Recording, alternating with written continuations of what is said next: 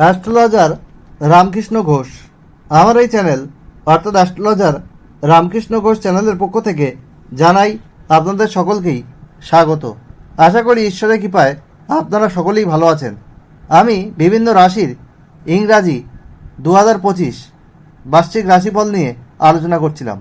আর কয়েক মাস বাদেই তো ইংরাজি 2025। অগ্রিম আপনাদের 2025 সালের প্রীতি শুভেচ্ছা, আন্তরিক অভিনন্দন ও একগুচ্ছ মিষ্টি ভালোবাসা জানাই। Happy new year 2025 in advance. আজকে আমার আলোচনা ধনুরাশির 2025 সাল কেমন যাবে, তাদের স্বাস্থ্য কেমন যাবে, তাদের আর্থিক শ্রীবৃদ্ধি কেমন হবে, তাদের ব্যয় কেমন থাকবে, তাদের প্রেম বিবাহিত জীবন কেমন যাবে, তাদের এডুকেশান প্রাথমিক শিক্ষা, কলেজ বিদ্যা, উচ্চশিক্ষা কেমন হবে, তাদের কর্ম চাকরি বা ব্যবসা কেমন হবে, তাদের ওভারঅল ভাগ্য কেমন হবে, পিতামাতার স্বাস্থ্য কেমন যাবে, এইসব নিয়েই কিন্তু আমার আজকের আলোচনা। এবং শেষে অবশ্যই আপনাদেরকে আমি রেমেডি বলবো। তাই আপনাদের কাছে অনুরোধ, ভিডিওটি কেটে কেটে দেখবেন না, তাহলে কিন্তু পরিপূর্ণ আলোচনা আপনারা পাবেন না। আর ভালো লাগলে অবশ্যই ভিডিওটিতে লাইক, কমেন্ট, শেয়ার করে সবাইকে দেখার সুযোগ করে দিন এবং চ্যানেলটি সাবস্ক্রাইব করুন এবং বেল আইকনে প্রেস করে রাখুন, যাতে নতুন ভিডিও আপলোড হওয়ার সাথে সাথে আপনাদের কাছে নোটিফিকেশান পৌঁছায়। যাই হোক, এই ধনুরাশি হচ্ছে কালপুরুষের নবম রাশি, আর এই রাশির অধিপতি গ্রহ হচ্ছে বৃহস্পতি। ধনুরাশির মানুষরা কিন্তু খুব জেদি হয়, ধার্মিক হয়, তবে লক্ষ্য স্থিরযুক্ত হয়। আর এই ধনুরাশির মানুষরা জীবনে সফলতা পায়। এটা হচ্ছে অগ্নি রাশি। আর 2025 2 + 0 + 2 + 5 অর্থাৎ 9 হচ্ছে মঙ্গলের সংখ্যা। এটা মঙ্গলের বছর। তাই 2025 যেহেতু মঙ্গল আপনাদের দ্বাদশপতি এবং পঞ্চমপতি, আপনাদের জন্যে শুভ গ্রহ, তাই আপনাদের অনেক উন্নতি হবে, সার্বিক উন্নতি দেখা যাবে। আপনাদের এডুকেশনে উন্নতি হবে, প্রেমের ক্ষেত্রে উন্নতি হবে, আপনাদের কর্মে প্রমোশন হতে পারে, কর্মে সার্বিক উন্নতি হবে, আর্থিক শ্রীবৃদ্ধি ঘটবে। আপনাদের ক্ষেত্রে সন্তানদের উন্নতি হবে, সন্তানদের কৃতিত্বে আপনারা গর্বিত হতে পারেন। এইসব বিভিন্ন ধরনের উন্নতি, ক্রিয়েটিভিটি আপনাদের মধ্যে প্রকাশ পাবে।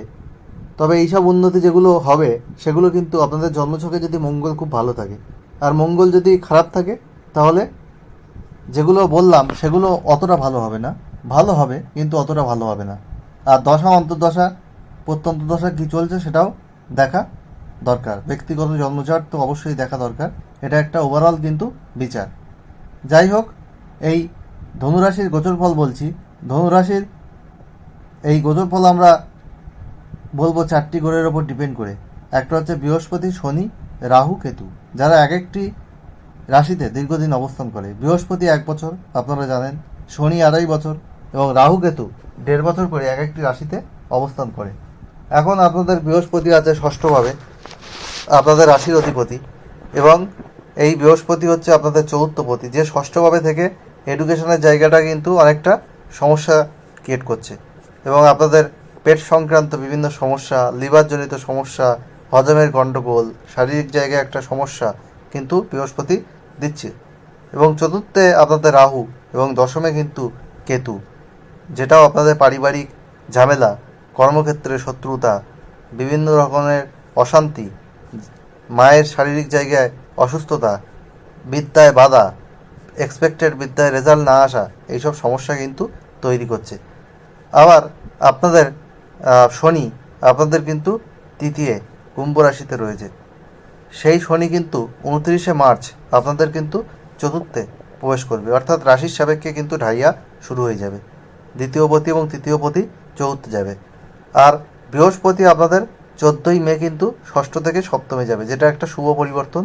আর রাহু কেতু 18ই মে, রাহু আপনাদের চতুর্থ থেকে তৃতীয়, আর কেতু আপনাদের দশম থেকে নবমে গোচর করবে।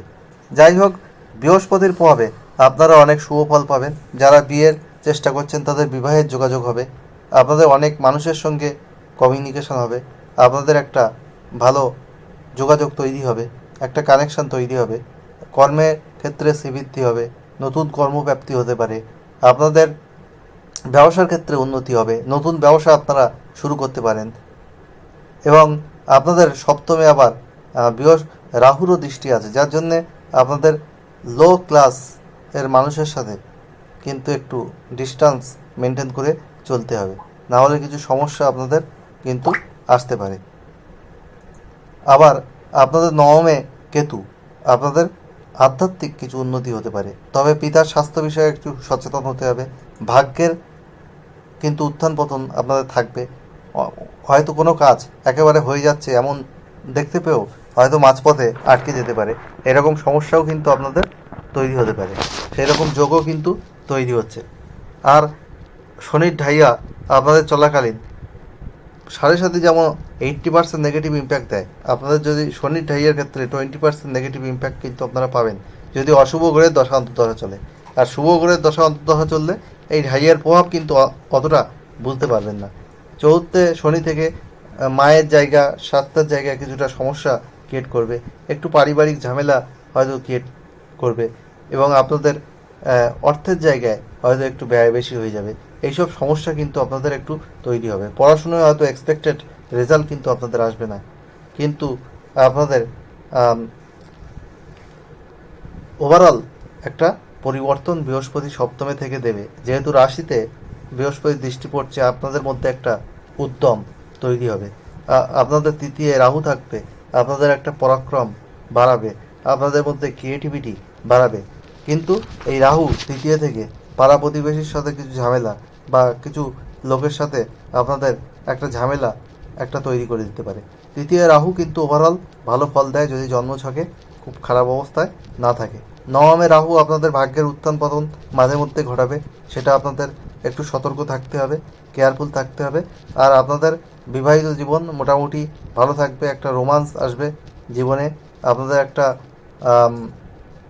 কি বলবো, বিবাহিত জীবনে একটা মিষ্টি মধুর সম্পর্ক আপনারা অনুভব করতে পারবেন যদি জন্মছকে বৃহস্পতি খারাপ না থাকে। বৃহস্পতি ভালো থাকলে অবশ্যই আপনারা কিন্তু শুভ ফল পাবেন। রাশির অধিপতি আপনাদের সপ্তমভাবে কিন্তু থাকছে এবং চতুর্থপতি, আপনাদের পড়াশুনোর জায়গায় কিন্তু অনেকটা উন্নতি হবে।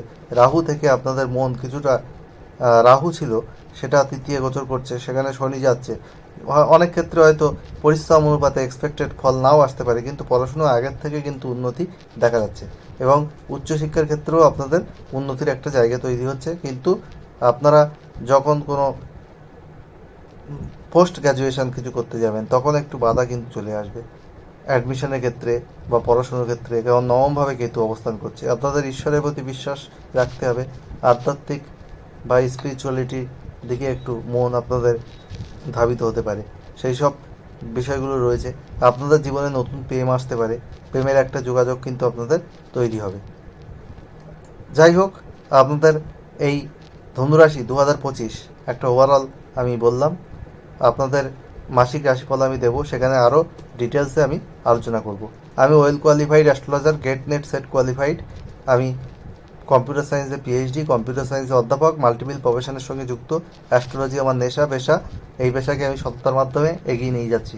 আর একটা কোয়েশ্চেন হোয়াটসঅ্যাপে date of birth, time, place দিয়ে আমার কাছে করতে পারেন, আমি আপনাদেরকে আনসার দিয়ে দেবো। ফার্স্ট কাম ফার্স্ট সার্ভ পেজে তাড়াহুড়ো করলে কিন্তু হবে না।